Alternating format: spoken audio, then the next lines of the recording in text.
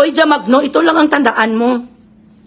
Mamatay man ang buong bilating Iloy nga kaliwat mo sa kalibutan, ano man ang mangyari sa lagay na to, kahit pa magsuka ka dugo, kahit pa putang ina makita mo kung sino nagmamayari isang similya nga nagpasok sa uterus mo kaya nagkaroon ka sang bastardo nga, kahit pa magpalansang ka sa cross ang bilating Iloy mo, walang tatalo kay Sarah. Better God kang diputa kag ang palaya ka, sino ka ba? Anong kinagalit mo sa kanya? Inagrabyado? I am resentful of her. I don't hate Sarah. I resent her, kapatid kanya. May utang na loob siya sa you for you to be resentful of her. And you're making up stories as you go? How the fuck dare you, the audacity, the gall, for you to say that she is the reason why Tatay Digong is in The Hague?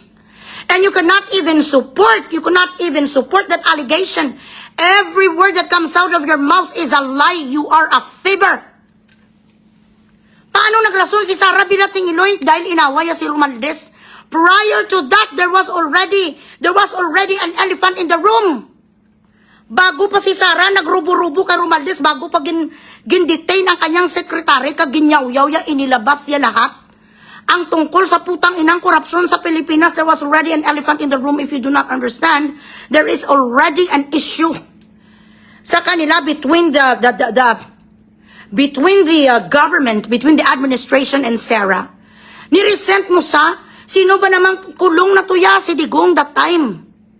Sino ba namang tangang tutulong sa kay kula tinaway, uy, ang Bilating Iloy kagagag, mo no?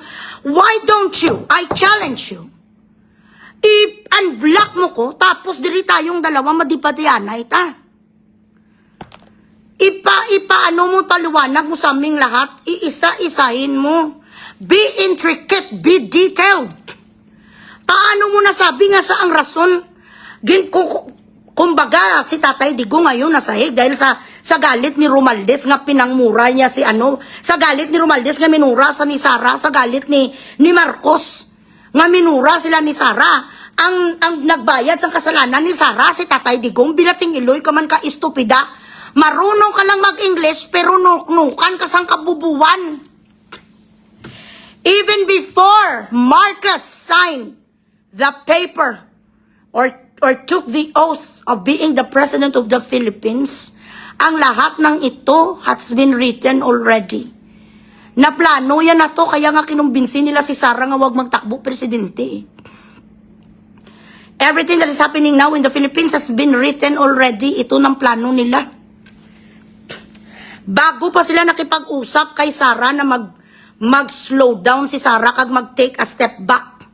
At si Marcos ang gawing presidente, yun ang plano nila. Kick outon si Digong sa Pilipinas para magnakaw si Romualdez. Everything that you have right now, the phones, what you pay for your rent, the school of your child, everything that you have right now is from the taxes of the Filipino people. Hindi ka naman iridera.